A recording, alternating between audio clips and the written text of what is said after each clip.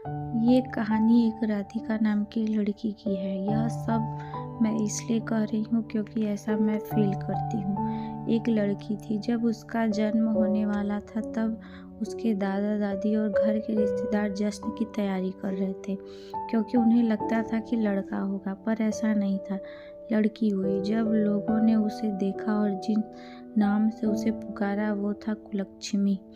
अपशगुनी नाम सुनने में अजीब लग रहा है, लेकिन वो लड़की मुस्कुरा रही थी अपना नया नाम सुनकर। सोच रही थी कि किसी जन्नत में आ गई हूँ। लेकिन लोग मुझे छू भी नहीं रहे थे। ऐसा लगता है मानो मुझे कोई बीमारी है। जो जश्न मनाए आए थे वो भी चले गए। मुझे लोग मारना चाह रहे थे। सोच रहे थे कि लड़की हूँ और बदनामी के सिवा दे भी क्या सकती हूँ। केवल एक इंसान था जो मेरा पूरा साथ दे रहा था। वो थी मेरी माँ, जिसने मुझे दुनिया की नज़रों से बहुत दूर भेज दिया। दुनिया की नज़रों में तो मैं मर चुकी थी, लेकिन मैं तो अनाथालय में थी। मेरा भरा पूरा परिवार था, लेकिन फिर भी मैं अनाथालय में थी। कितना अजीब है ना।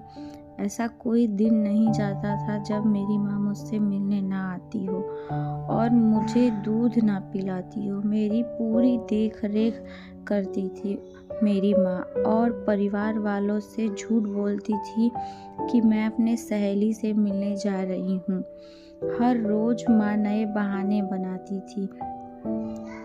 एक दिन मुझे तेज बुखार हो गया और उस दिन माँ पूरे दिन मेरे साथ रही और मुझे सुलाकर ही वापस घर गई। पापा ने पूछा कि इतनी देर कैसे हो गई, तो बोली कि मेरी सहेली की तबीयत खराब थी और मैं उसकी मदद करा रही थी।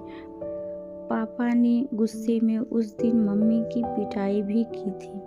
माँ दर्द सह रही थी, लेकिन फिर भी मुझसे छिपा रही थी। उसे लगता था कि मैं बच्ची हूँ, मैं क्या समझूंगी, लेकिन ऐसा नहीं था। मैं सब समझती थी। मैंने भी सोच लिया कि सब जानकर रहूँगी।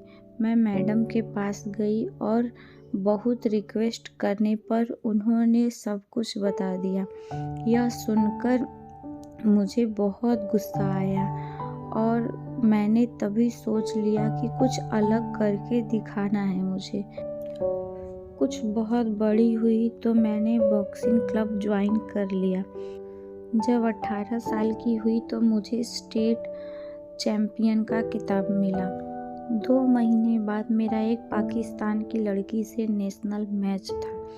जब मीडिया मेरा इंटरव्यू लेने आई तो मेरी माँ का फ़ोन आया और वो बेचारी बोली कि बेटी अपनी कृपया परिवार की बुराई मत करना। मुझे तो हंसी आ रही थी कि मेरी माँ आज भी अपने परिवार को बचा रही है। मैंने इंटरव्यू दिया और पूरी जनता ने टीवी पर वो इंटरव्यू सुना। शाम को माँ ने बताया कि टीवी देखते हुए पापा बोल रहे थे कि वाह क्या लड़की है, कितना नाम रोशन कर रही है अपने माता पिता और परिवार का।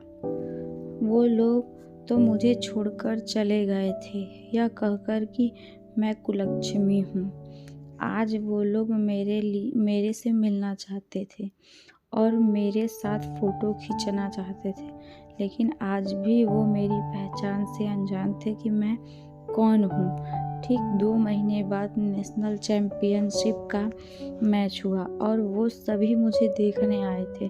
बहुत सारे लोग मैच देखने आए थे और सभी बोल रहे थे तुम कर सकती हो, लेकिन मेरी नज़रें उस भीड़ में अपने परिवार की तलाश कर रही थी। दूर भीड़ में मुझे मेरा परिवार नज़र आया। उनको देखते ही मेरे अंदर गुस्सा भर गया और सारा गुस्सा मैंने अपने प्रतिद्वंदी पर निकाल दिया और वो नेशनल खिताब अपने नाम करा लिया। फिर क्या, सभी मुझसे इंटरेस्टेड हो गए। लोग मुझसे मेरे परिवार के बारे में पूछने लगे।